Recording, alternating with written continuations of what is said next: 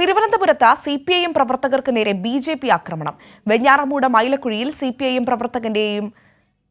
പ്രവർത്തകനെയും കുടുംബത്തെയും ആക്രമിച്ചു. വീടിന്റെ ഗേറ്റ് ചവിട്ടി തുറന്ന് അകത്ത് കയറിയാണ് ആക്രമണം നടത്തിയത്.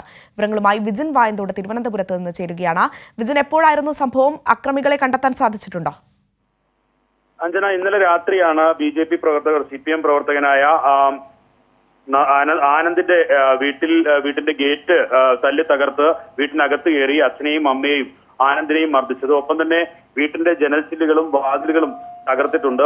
ഈ നവകേരള സദസ് തുടങ്ങിയത് മുതൽ ആരംഭിച്ച തിരുവനന്തപുരം ജില്ലയിലെ പല മേഖലകളിലും ഈ BJPയുടെയും യൂത്ത് കോൺഗ്രസിന്റെയും നേതൃത്വത്തിൽ DYFI CPM പ്രവർത്തകർക്കെതിരായി വ്യാപകമായ അക്രമമാണ് നടന്നുകൊണ്ടിരിക്കുന്നത്. ഇതിന്റെ തുടർച്ചയാണ് ഇന്നലെ ഈ വെഞ്ഞാറമൂട് മൈലക്കുഴിയിലെ CPM DYFI പ്രവർത്തകനായ ആനന്ദിന്റെ വീട്ടിൽ BJP പ്രവർത്തകർ ആക്രമിച്ചത്.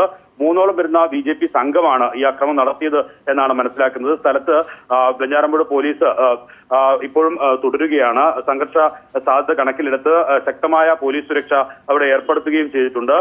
ആനന്ദും കുടുംബവും ആശുപത്രിയിൽ ചികിത്സ ചേരുകയും ചെയ്തിട്ടുണ്ട്. എന്തായാലും വീടിന്റെ ജനൽച്ചില്ലുകൾക്കും വാതിലുകൾക്കും സാരമായ കേടുപാടുകൾ ആണ് സംഭവിച്ചിട്ടുള്ളത് അക്രമത്തിൽ. ഇത്തരം അക്രമങ്ങൾ പല മേഖലകളിലും ഇന്നലെ ആറ്റിങ്ങലിൽ ഉൾപ്പെടെ യൂത്ത് കോൺഗ്രസിന്റെ നേതൃത്വത്തിൽ CPM പ്രവർത്തകർക്ക് നേരെ വ്യാപകമായ അക്രമം അഴിച്ചുവിട്ടിരുന്നു.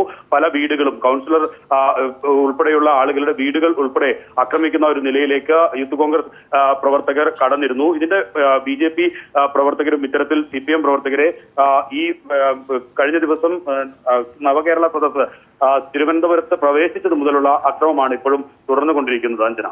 ശരി, വിജിൻ വായന്തോടാണ് വിവരങ്ങൾ നൽകിയത്.